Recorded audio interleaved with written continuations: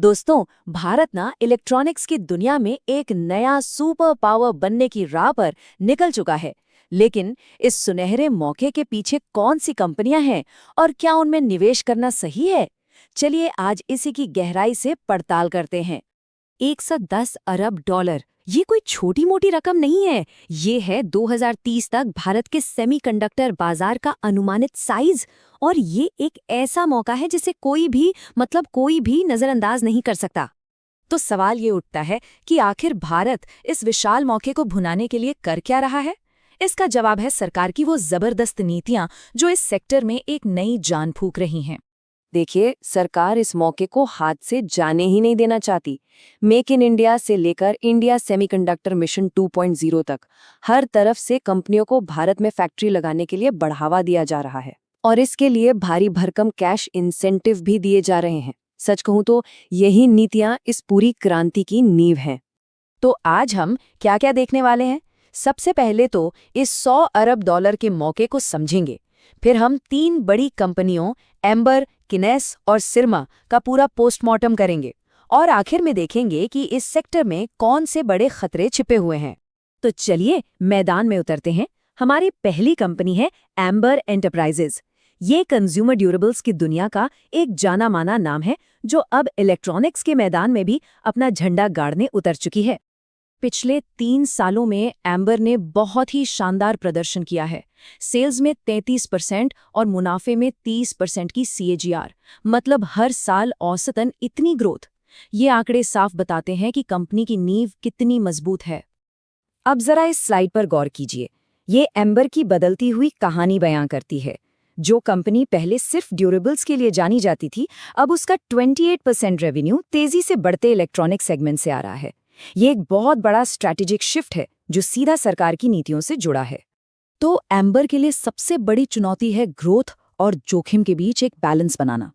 एक तरफ तो विस्तार की बड़ी बड़ी योजनाएं हैं, तो दूसरी तरफ बहुत महंगा वैल्यूएशन और कच्चे माल के लिए इंपोर्ट पर निर्भरता जैसे बड़े खतरे भी मुंह बाए खड़े हैं। चलिए अब बात करते हैं एक ऐसी कंपनी की जो पूरी तरह से, मेरा मतलब है 100% इलेक्ट्रॉनिक्स मैन्युफैक्चरिंग पर ही फोकस्ड है और इसने सेमीकंडक्टर पर एक बहुत बड़ा दांव खेला है। अब जो आंकड़े आप देखने वाले हैं वो आपको हैरान कर देंगे। बिल्कुल, केनिस ने बिक्री में 57% और मुनाफे में, सुनिए, पूरे 90% की विस्फोटक ग्रोथ दिखाई है। ये किसी रॉकेट की रफ्तार से कम नहीं है, सच में। केनिस सेमीकंडक्टर्स की दुनिया के एक बहुत ही खास और मुश्किल हिस्से में कदम रख रहा है, जिसे OSAT कहते हैं। आसान भाषा में समझें तो ये चिप बनाने की प्रक्रिया का सबसे आखिरी और सबसे जरूरी कदम है। यहीं पर चिप्स को पैक और टेस्ट किया जाता है। ये एक ऐसा काम है जिसमें बहुत ज्यादा टेक्नोलॉजी और सटीकता की जरूरत होती है। अब इस नंबर पर अपनी नजरें जमा लीजिए, सिर्फ 5%। ये एक छोटा सा नंबर केनिस की पूरी कहानी को पलटकर रख सकता है। और ये नंबर हमें बताता है कमजोर कैश वसूली के बारे में। मतलब कंपनी प्रॉफिट तो कमा रही है, जबरदस्त कमा रही है, लेकिन वो प्रॉफिट कैश में तब्दील नहीं हो रहा। पिछले 6 सालों में केनिस अपने नेट प्रॉफिट का सिर्फ 5% ही कैश में बदल पाई है। ये किसी भी निवेशक के लिए एक बहुत बड़ी चिंता की बात हो सकती है। तो यहाँ एक बहुत बड़ा सवाल खड़ा होता है। एक तरफ है 1 अरब डॉलर का विशाल लक्ष्य और दूसरी तरफ है कमजोर कैश फ्लो और कुछ ही ग्राहकों पर बहुत ज्यादा निर्भरता जैसे बड़े जोखिम। ये एक ऐसा जुआ है जिसमें दाव बहुत बहुत बड़ा है। अब हमारी लिस्ट में है आखिरी कंपनी, सिरमा SGS। ये भी एक बड़ी इलेक्ट्रॉनिक्स निर्माता है, लेकिन इसकी कहानी और इसकी चुनौतियां बाकी दोनों से काफी अलग हैं।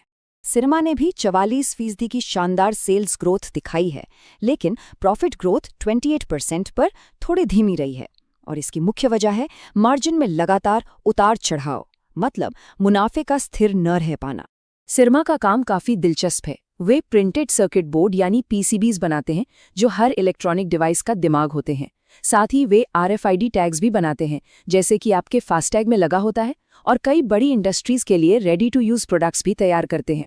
सिरमा का कैश वसूली का अनुपात किन्नेस से तो बेहतर है, 25%, लेकिन ये भी कोई आदर्श स्थिति नहीं है, खासकर जब इंडस्ट्री में 50% से ऊपर के अनुपात को अच्छा माना जाता है। ये दिखाता है कि सिरमा को भी अपने प्रॉफिट को कैश में बदलने में मुश्किल आ रही है। सिरमा की ग्रोथ को सरकारी सब्सिडी और एक्सपोर्ट से पंख तो मिल रहे हैं, ये अच्छी बात है, लेकिन कैश फ्लो की समस्या और सप्लाई चेन के लिए खासकर चीन पर निर्भरता इसकी उड़ान में एक बड़ी बाधा डाल सकती है। तो इन तीनों कंपनियों की कहानी देखने के बाद एक बात तो साफ है, इस सेक्टर में कुछ ऐसी कॉमन चुनौतियां हैं जिनसे हर खिलाड़ी को जूझना पड़ रहा है।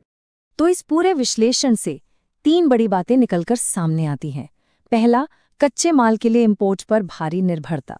दूसरा, तेजी से बढ़ने की कीमत जो कंपनियां कैश के रूप में चुका रही हैं। और तीसरा, बड़े बड़े प्रोजेक्ट्स को समय पर पूरा करने का जबरदस्त जोखिम। अगर कोई इस सेक्टर पर नजर रख रहा है तो इन 3 बातों को गांठ बांध लेना चाहिए। तो अंत में एक बड़ा सवाल खड़ा होता है, तेज विकास और बड़े जोखिमों के इस खेल में कौन सी कंपनी लंबी रेस का घोड़ा साबित होगी? ये सवाल मैं आप पर छोड़ता हूं। इस विश्लेषण को देखने के लिए धन्यवाद दोस्तों। जाने से पहले कमेंट में जरूर बताइए कि आप अगला विश्लेषण किस स्टॉक या सेक्टर पर देखना चाहेंगे। मैं आप सबके कमेंट्स पढ़ता हूं। और हाँ, हम यहाँ सिर्फ स्टॉक पर चर्चा नहीं करते, बल्कि हर फंडामेंटल रेशियो को विस्तार से समझाते और सिखाते भी हैं, ताकि आप खुद कंपनियों का विश्लेषण कर सकें। तो ऐसी ही गहरी जानकारी और बाजार की समझ के लिए चैनल को अभी सब्सक्राइब करें और बेल आइकन दबाना बिल्कुल ना भूलें। देखने के लिए Disclaimer. Educational content only. Not SEBI registered. This is not a buy/sell recommendation. Invest at your own risk.